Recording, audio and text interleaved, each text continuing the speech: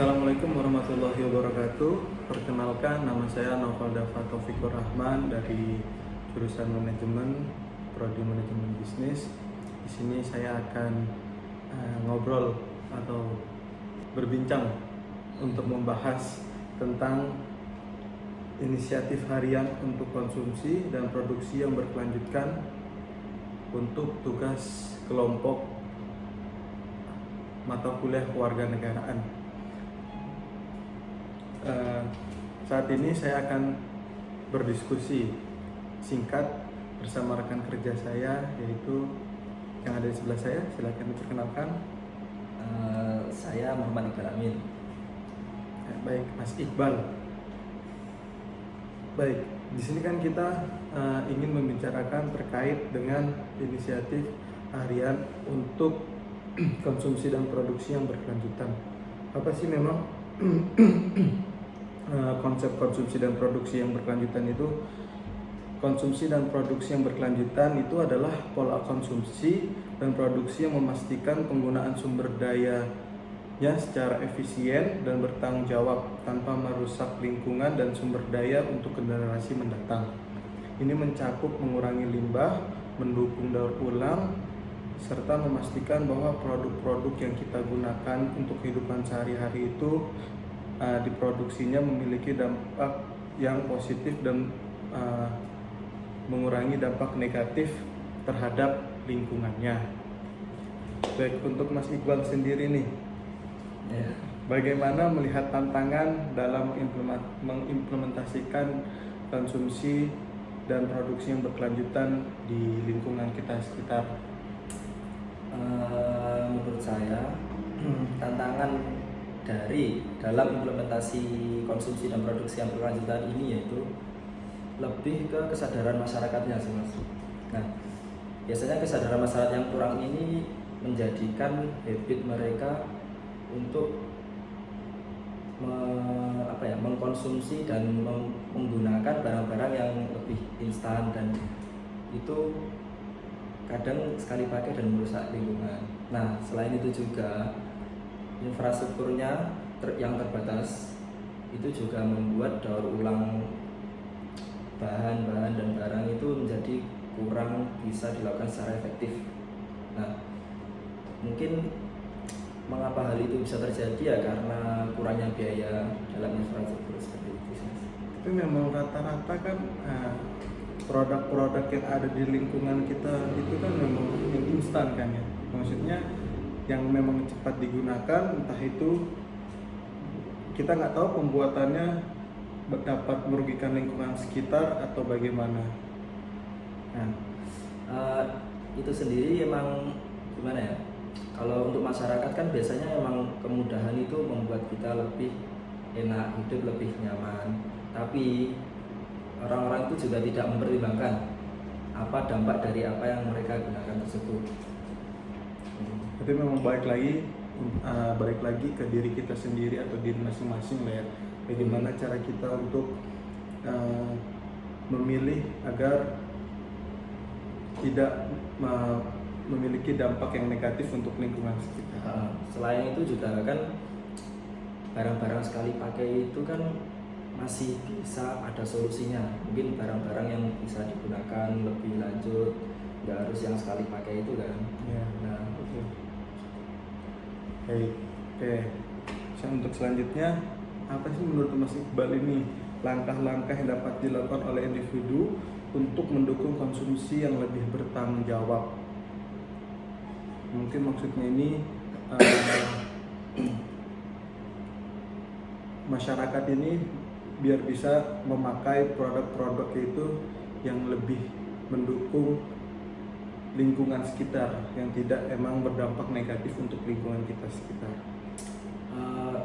Ya itu seperti yang saya jelaskan sebelumnya, masyarakat ya lebih baik menggunakan bahan-bahan yang lebih mudah didaur ulang, bukan bahan-bahan yang sekali pakai seperti plastik atau bahan-bahan yang sejenis yang dapat merusak lingkungan. Nah, selain dari pola konsumtif seperti itu, kita juga bisa mengurangi dengan misal kayak berangkat kerja menggunakan kendaraan yang lebih ramah lingkungan sekarang itu bahasa- kayak listrik gitu. Ya, bahasanya lebih awet emisi karbon. Emisi karbonnya lebih rendah. Nah, seperti itu. Untuk sekarang kan juga kalau di minimarket, supermarket gitu kan kalau kita belanja juga sudah tidak disediakan Plastik, kantong kantong plastik. plastik, ya. Dan kita disarankan untuk membawa tempat sendiri, entah itu bahannya dari kain atau apapun Benar-benar. sejenisnya yang selain plastik. Karena memang yang kita tak ketahui itu bahan plastik itu memang susah didaur ulang ya. Nah, Apalagi kalau sudah tertimbun di dalam tanah itu kan memang sudah susah ya. iya, plastik itu kalau dari riset itu katanya butuh mungkin bisa ratusan tahun baru terdaur ulang. Nah, Apalagi kalau misalkan kita baca di internet atau kita lihat di internet itu kan banyak makhluk-makhluk hidup yang ada di laut itu terkena dampaknya, kayak misalkan penyu yang tersangkut di botol plastik atau plastik yang ada di laut gitu ya. memang seperti itu bahayanya bahan-bahan plastik itu. Berarti memang caranya itu, langkah-langkahnya itu mengurangi bahan-bahan atau mengurangi penggunaan yang susah didaur ulang secara alami lah gitu intinya. Oke, pertanyaan selanjutnya nih Mas Iqbal, bagaimana sih teknologi dan inovasi dapat berperan dalam mempromosikan konsumsi dan produksi yang berkelanjutan?